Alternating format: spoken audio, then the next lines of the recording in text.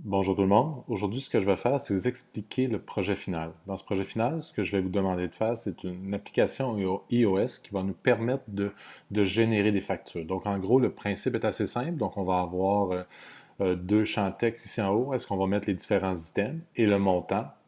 Lorsqu'on va cliquer sur Ajouter, l'item sera ajouté au sommaire de la facture qui sera affiché ici. Et puis on peut ajouter une, deux ou trois ou un nombre illimité d'items en cliquant sur le bouton Ajouter. À la fin, on peut choisir notre pourboire de 0 à 20% et la province d'origine et le tout est calculé automatiquement. Donc, je vais vous montrer comment ça fonctionne. Donc, je vais démarrer l'application. Donc, en gros, on voit ici, c'est une application iOS standard. Donc, je vais rentrer le premier item, par exemple. Donc, lorsque je choisis l'item, donc, ici, je vais choisir lait, par exemple. Je vais ajouter lait. Donc, on voit que c'est un clavier optimisé pour entrer du texte, OK? Et puis, si je clique ici sur montant, ça va utiliser un clavier optimisé pour ajouter euh, un nombre, OK? Donc un montant. Donc je peux ajouter mon premier item.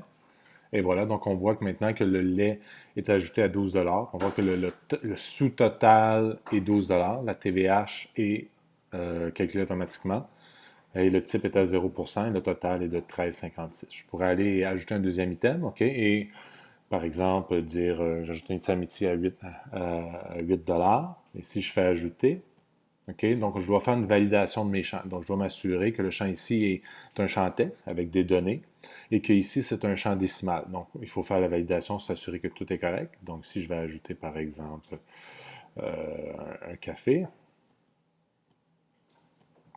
OK, donc je vais l'ajouter. Donc, on voit maintenant que ça fonctionne avec la validation. Lorsque j'ajoute, les champs sont remis à zéro.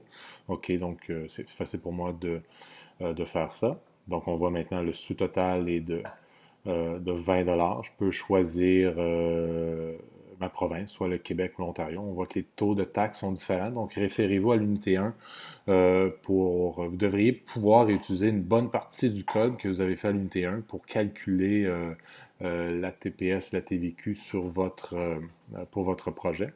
Et finalement, si on change le pourboire, donc on voit ici que le pourboire est calculé sur le sous-total. Donc un pourboire de 10% sur un montant de 20 $ nous donne 2 $ de pourboire, TPS TVQ calculé, ou la TVH dans le cas de l'Ontario. Et le total final est ici de 24,60.